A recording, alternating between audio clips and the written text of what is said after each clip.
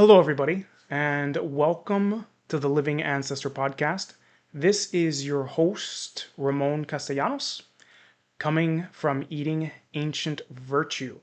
And today I would love to discuss with you the intersection between omens, or what we call signs, synchronicity, and the modern landscape, the modern reality of ads, and how sometimes these different layers can get confused with one another and how to navigate that.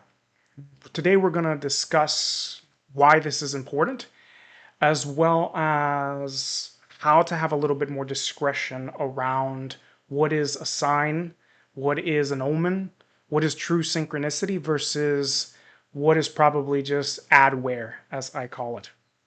Now, the intersection between these things is something that the modern human must contend with because there are corporations and individuals who spend inordinate amounts of money on research and algorithms that will study your behavior, that will study your purchases, that will look at the kind of conversations you have, that will look at the kind of emails you open, and will then, from that, try to target you with specific ads that get you to buy what they want you to buy. And the process is becoming more and more and more sophisticated. And with the advent of AI, this is only going to grow in scope and elegance. Now, why is this important? Well, at a practical level, of course, if you're being targeted with ads, that means that you may be pulled into spending money where it's actually not really auspicious for you to do so. But at another level, this comes down to how we navigate our lives and the kinds of road signs that we pay attention to in order to make choices and decisions. Now, the notion of signs, of omens, of synchronicity is something that is embedded in the human animal. It's a part of how we make sense of the world because it shows up in every single culture around the world. And there are systems that have been developed around how to, in fact, call forth signs and omens and synchronicities and to interpret them. And we call that divination. Now, when we are just receiving signs from the environment, when we're receiving an omen, when we are in a serious synchronicity where we're just touched by something that occurs and it's just the resonance is incredible, and then we make meaning of that, that is also in and of itself a form of divination. Now, humans are divining creatures. Again, the act of divination shows up in every single culture on Earth because it's a part of how we make sense of the world. That is to look out at what's occurring, to draw some kind of meaning or interpretation from it that then helps us choose a direction in life. Now, this likely emerges from our ancient hunter-gatherer ancestors through probably a variety of different aspects of that kind of life way. One of them for sure would be tracking. When we're moving through the wilderness and we're looking for literal signs in the environment that we are drawing meaning from, that we're interpreting to then guide us on a particular path. It could also come from reading weather patterns and from understanding different animals behaving a different way at different seasons and what that might imply about where they're moving or what might be occurring. So the notion that one aspect of reality can inform us about another aspect of reality, and that kind of process is embedded in us, is fundamentally a truth, and it's a part of human sense making. So we are also living in a universe which is animated. So this means that it is conscious. We live in a conscious universe. Consciousness is everywhere, and in this way is everything, and everything in a sense is alive. This is also an understanding that comes from the ancient world, what we would call animism. So it means that we're in relationship with the world, and the relationship is dual.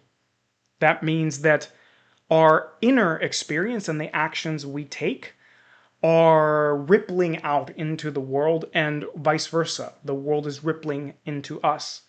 And synchronicity is a place where the ripples find resonance with one another, and that depending on what we interpret from those ripples, from that resonance, will then alter how we choose to live our life. Yes, people do this all the time. They encounter a sign, an omen, a synchronicity, and they want to draw meaning from it. And then depending on what they understand from that event, then they might actually go down a particular path or avoid something altogether. Now, we're also living in a universe populated by beings like ancestral forces, like spiritual allies, like spirit guides, and other kinds of currents of energy, some of which are auspicious and have our best interests at heart, and some of them don't and seek to commodify us and or in some ways to misdirect us. This is a known phenomenon in these kinds of cultures, in indigenous and traditional cultures. So what that means is that the kind of signs and omens and synchronicities that we're paying attention to matter a lot. And in the modern reality where we are dealing with ads, sometimes this can get really confusing. So, for example, I was recently having a conversation with my wife, and she was telling me about something that she had been thinking about. And she then saw an ad about it just a couple days later. And she was really surprised. I was like, wow, this must be something that's, in the air, so to speak. And I reflected back to her that in all likelihood, she was dealing with an ad that targeted her specifically because of the demographic that she's in and because of the kinds of online behaviors that she has. Now, one of the uncomfortable truths that we might have to deal with, everybody being a unique snowflake and all, is that there are things that we share with other people that are not unique, right? There are these transpersonal patterns. What we call demographics are really a set of transpersonal patterns that we share with portions of the collective. That could have to do with the generation we were born into, maybe certain kinds of things that we like to buy, certain kinds of practices that we like to engage in. They tend to come with these overarching currents that will have resonance with other people. Meaning, someone who's into Qigong is often also interested in things like yoga, in healthy eating, in meditation, in the kinds of cultural patterns that are in people who like to do those things. Body positivity stuff, wanting to be more free, out in nature, following your passion and purpose, etc. These things tend to cluster with one another. And so because of that, demographics are a tool that Adware uses to algorithmically target us. And there is a difference, though, between a synchronicity, a sign, and an omen that's coming from some kind of an auspicious spiritual current, or even from the world soul itself, what we might call the universe, and an ad created by a campaign. So this is what I'm trying to point towards, is that in today's world, that's something that we're going to have to pay attention to even more, because the amount of synchronicity that we're going to start to encounter with the advent of AI algorithmic ad targeting is going to increase in scope drastically. And it's going to be a little bit difficult with the online environment to be able to distinguish these things sometimes. And who knows how far this is going to go and to what degree we're going to layer that kind of thing into the environment. So, with that, I want to talk to you a little bit about being able to distinguish real signs and omens and synchronicities from the advent of ads, fundamentally. And I'll use some of my examples, and those are, so a couple of days ago, I was having a dream in which I was in some underground basement in China, I believe, or somewhere in the Far East, playing some kind of a card game in a gambling den. And all of a sudden, I realize I don't want to play that game anymore, and I suggest to the group, to the table that I'm at, that it would be fun to play poker. And everybody goes, all right, well, let's do that. Let's play poker. So we start to develop the game and start getting ready to play. And then I wake up. Later that morning, that same morning, I get an email from someone whose material I typically read. And interestingly enough, they were starting a Kickstarter campaign, and they had just decided a couple days before to create a special kind of poker chip for the people who donated a certain amount to the campaign, who supported the campaign to a certain tier. Now, this wasn't an ad, this was a reward for something that had nothing to do with the overall theme of what he was teaching about, which was writing. The poker chip was just a fun little add-on.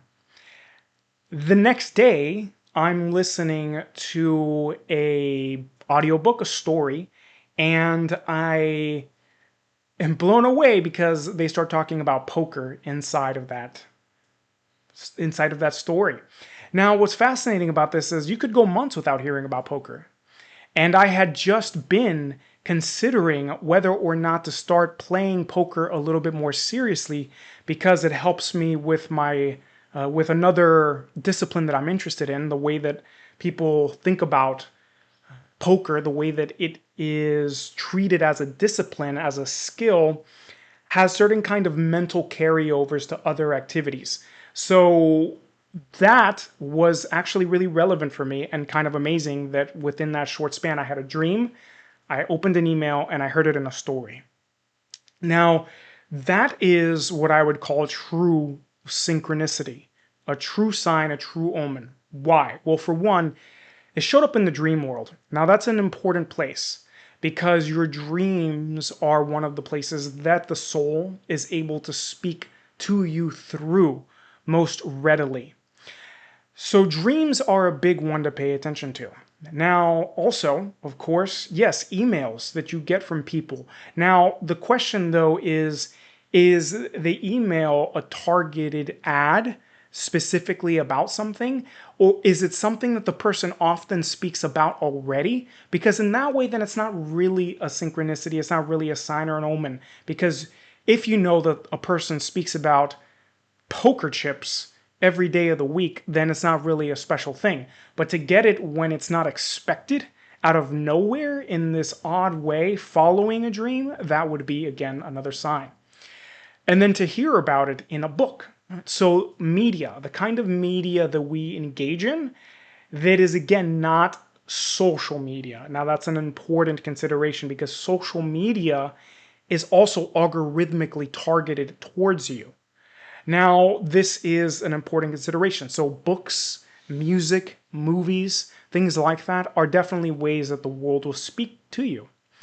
Of course, encountering these things in the world too. So we're walking down the street and we see, someone's t-shirt that says poker for me. That would be, well, okay, here's another sign.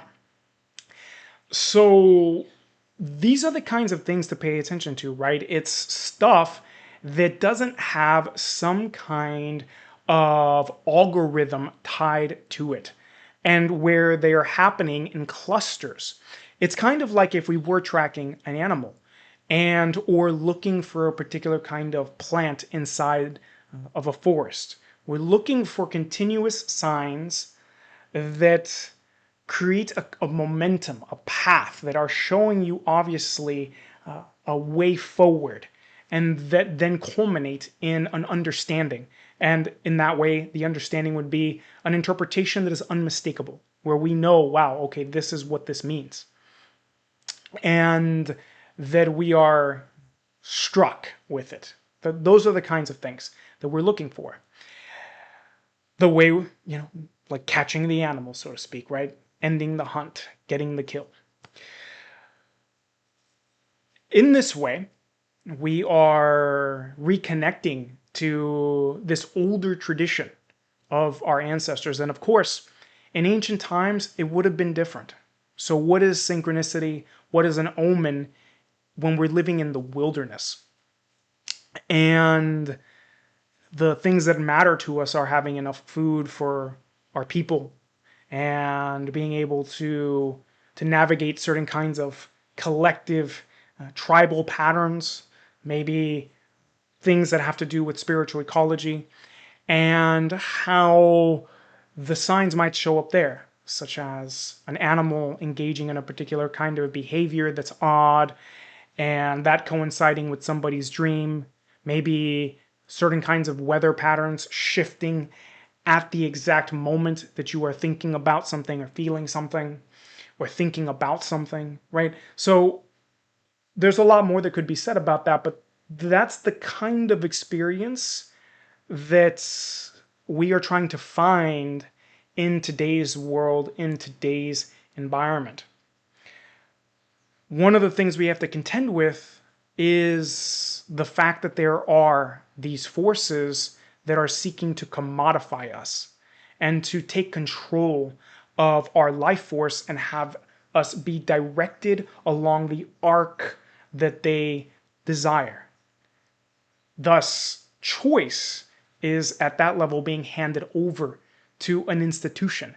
If you are grasped by an ad that's very targeted towards you, that means that you have been hijacked and that you are being directed like a cow down a corral. And that's not to be derogative, it happens.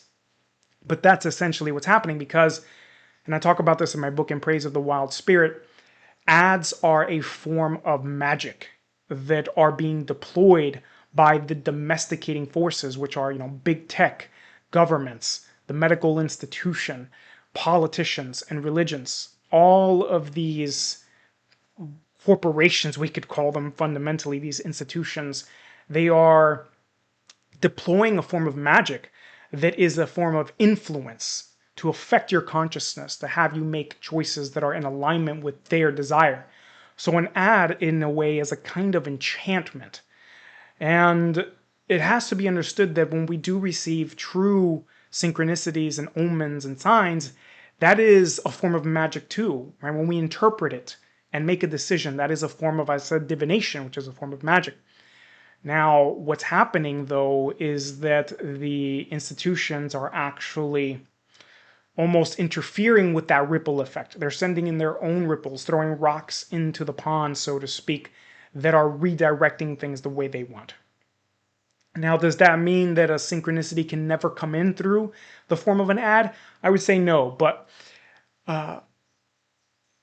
it's contextual, right? It's if you've already received 5 or 6 major synchronistic events and then the ad shows up later, it might point you towards a collective pattern that you are in, which is what ads are often doing, is targeting certain kinds of demographics, which again are collective patterns.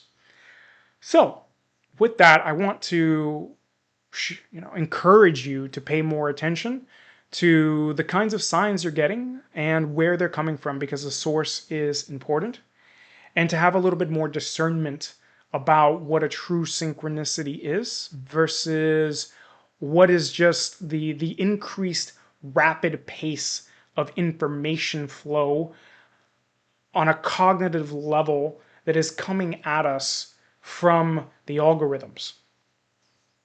Anyway, my friends, I hope that this was useful to you. And as usual, if you enjoyed this and would like to stay connected, I would love it if you did.